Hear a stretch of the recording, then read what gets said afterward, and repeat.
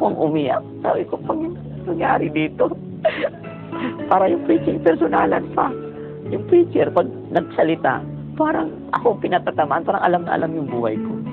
So, sa madaling sabi, no choice kundi sumuko sa Panginoon kasi at the same time, meron na talaga rin akong longing sa loob. Kung I need somebody to help me. I need somebody to lean on. Ang pagsuko ni Dong sa Panginoon ay naging hudyat ng pagbabagong bihis ng kanyang buhay. Number 1, na-transform ang isip ko, puso ko. Na-transform ang buong pagkatao. Nakalimutan ko yung hatred ko, nakalimutan ko lahat ng kahapon ko. Ang nakita ko yung gagawin ng Panginoon sa akin. Dati-dati, matakotin ako eh. Actually, hanggang ano lang ako, hanggang punta lang ako eh. Takot akong sumakay ng jeep, bus, bus. Takot ako dyan, lumabas. Pero alam mo, isang araw nung si Kristo nag-take over na sa buhay ko, lahat ng fear na yun, naalis yun. Naging lover na ako ng Panginoon. Naging lover of the Word ako. Nagkaroon ako ng grabing pag-ibig na nilagay niya sa puso ko para paglingkuran siya. Nung magbago ako, sabi ng nanay ko, baliw ka talaga. Mula na lumalok sa permitting, hindi ka na lumalabas sa kwarto mo. Puro Bible ka na lang. Puro ganito ka na lang. Anong nangyari sa'yo? Anong nakain mo? Sabi niya, kumbaga talagang itong aking nanay, nung dati-rati na wala pa ako sa Panginoon, lagi naman ako sa labas. Number 1 akong palamura sa nanay ko. Number 1 akong suwail sa nanay ko. Kasi may hatred ako eh. Pero alam mo, dumating talaga sa point nung tinanggap ko si Kristo Jesus for the first time. Dito ko nasabi sa nanay ko, Ma, I'm sorry. Mahal kita.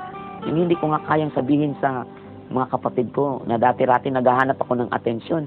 Naghahanap akong mahalin ako. Ngayon, hindi ko na hinihanap yun. Ako na ang unang nagmahal. Ako na ang unang nag-ano sa kanila. Kasi dati-rati, laging sinasabi ng mga kapatid ko, wala ka naman pakinabang, pilay ka naman. Lagi ko naririnig yun. Eh, lalo na yung dumating sa point na talagang parang idinidiin ako talaga. Wala talaga na. Pero alam mo, isang araw, tama talaga eh. Nung makilala ko ang Panginoong Jesus, iba talaga. May naayos sa loob ko. May naayos sa isip ko. Maging sa kanyang panliligaw ay nakadagdag hamon ang kanyang kapansanan. Mga magulang niya, mga kapatid niya, pinagtulungan pa ako. Kasi namanikan ako mag-isa eh. Pinagtulungan nila ako lahat. Alam mong number 1 tanong, anong papakain niyo sa anak ko? Biblia, sabi sa akin. Paano pag nagkaanak kayo? Sabi ng mga tanong sa akin. Pero lahat yun, iisa lang ang sagot ko sa kanila. Hindi ako nangako ng baboy, baka, bahay. Ang sinabi ko lang, mahal ko po ang anak. Ang pagmamahal at katapatang iyon ni Dong ang nagpasungkit sa puso ng dalaga. Sabi nga ng doktor, no, hindi ako pwedeng magkaanak eh. Dahil daw sa invalido ako, dahil sa kalagayan ko, hindi. Talagang ang Diyos talaga eh. Kung yung mga pinapanalangin ko, nagkakaanak kasi. Sabi ko talagang, buhay naman ang Diyos, di ba? Buhay ang Panginoon. Unti-unti ring naaabot ni Dong ang pangarap na inaasam. Mating yung pangitain na, sabi ng Panginoon sa akin, I am your song. In-inspired ako ng spirit ko, I am your song. Sabi ko, Lord, how come? Sa isip ko, sa sarili ko, tinatanong ko sa sarili ko, paano mangyari yun? Paano mangyari? Hindi naman ako marunong. Hindi na ako marunong umano ng awit. Basta kanta lang ako ng kanta. Pero isang araw, noong 1994, natanggap ko yun. 1999, nakita ko na lang isang araw. Naging first album ko yun. At ang first album na dumating sa akin ay Diyos, Ikaw ang Awit. At ang awit na yon ang naging instrumento ng isang hindi inaasahang pangyayari. Demo tapes pa lang siya na iplinay ko sa bahay. At one time naman ang tatay ko dumalaw sa bahay. Dumating sa bahay, narinig ang awit. For the first time of my life. Nung pag-uwi ng tatay ko, nung marinig ang awit, aking presensya na dumalaw sa buhay ng tatay ko. Umakyat sa taas, nagsisi. Ano ko sisisi ko?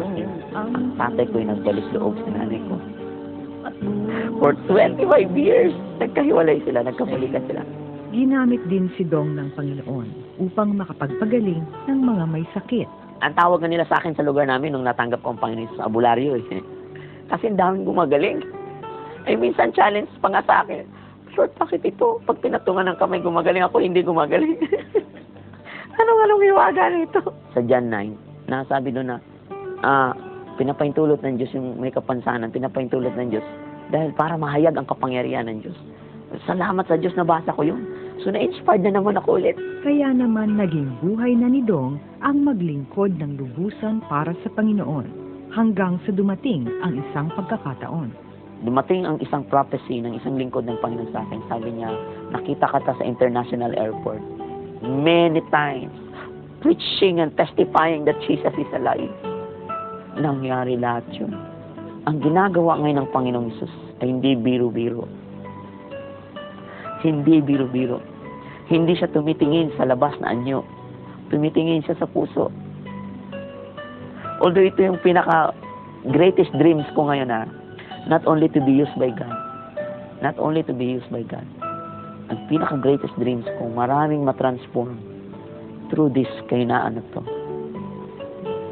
Para sabihin sa malalakas na it is not by your might. Sabihin sa malalakas na hindi yan sa pamagitan nila, kundi yan sa pamagitan ng Espiritu Santo. Nakamit na nga ng lubusan ni Dong Campoy ang kanyang minimithi, ang magkapamilya, ang makapagbigay inspirasyon at saya sa pamamagitan ng musika, at ang marating ang ibayong dagat upang ibalik ang lahat ng pagpupuri sa natatanging lumikha na nagpabago sa kanyang buhay. I think the life of Brother Dong is very inspiring, and it is a blessing from heaven to have been exposed to his story. And I'm very proud, and I think it is also God's hand working that we will tell his story to the rest of the Philippines through Rated K. Maraming salamat, ipagdasal nyo kami, and we wish him more and bigger blessings. You know, I thank you, and I'm so blessed with the life of Brother Dong. When I first heard and I first saw his testimony on the 700 Club, I said, what an amazing thing the Lord has done. How he has picked up Dong from where he was and transformed him to what he is today. And yet, the good part about it, the Lord is not through with his life. Still writing a chapter of his life every single day. Dong, you're a blessing, and I know you will be a blessing to so many, many more. God bless you. Unang-una po ako po na-bless sa buhay po ni Brother Dong nung ako po nag-attend sa God Bless the Philippines Araneta Coliseum. Nung nakita ko po siya doon, hindi ko po napigilan na napaiyak po ako habang ako po ay nakinig sa kanya at umaawit siya kasi damang-dama ko yung presence ng Panginoon. And I really believe with all my heart na ito si Brother Dong ay anointed man of God. He's not only an ordinary man of God but an anointed, chosen man of God such as time as this na ginagamit siya ngayon lalong-lalo na sa evangelistic kasi ang tema po ng namin sa 14th anniversary namin ngayon is blessed to be a blessing. So meron kaming ini-invite diyan mga unbelievers at kaya ko nga siya in-invite dito dahil nung nakita ko siya I was so blessed at lalong-lalo na yung narinig ko ang kanyang testimony na galing siya sa wala, galing siya sa luneta, nagpapalimos lang at ngayon po paano siya binago ng Panginoon, paano binago ang buhay niya ngayon at ngayon nga he is so blessed at dahil doon nakita ko po yun, ako po ay blessed na blessed sa kanyang buhay. Ako yung nabe-bless kay Brother Dong sapagkat nung last February siya ay dumalaw sa church at the same time yun ay PDL namin at kami ay nag-usap after ng PDL at sabi niya, bakit hindi tayo magkaroon ng isang malaking gawain sa susunod na anniversary? And at that time, in-schedule namin itong October 24 na ito, last February of this year. At yun ay sinuggest din ng aking isang elder na matagal nang kakilala ni Brother Dong. And I believe na maganda ang gagawin ng Panginoon sapagkat malaki ang ginawa ng Panginoon sa buhay ni Brother Dong sa personally sa buhay niya at sa kanya mga awitin na marami ng binago ang buhay at nakakilala sa Panginoon dahil salamat sa awitin ito. And so hindi ako nag-hesitate at that time, isinalang namin kagad yan sa panalangin hanggang sa ito na nga, dumating yung araw na yan na magkakaroon ng isang malaking gawain na ang pangalan ay Jesus, ikaw lamang. At alam ko yung gabi na yan, Jesus lamang ang tunay na maihahayag ang maitataas at mabibigyan ng pag-ibig sapagkat siya ang tunay na nagbigay ng pag-ibig Lord.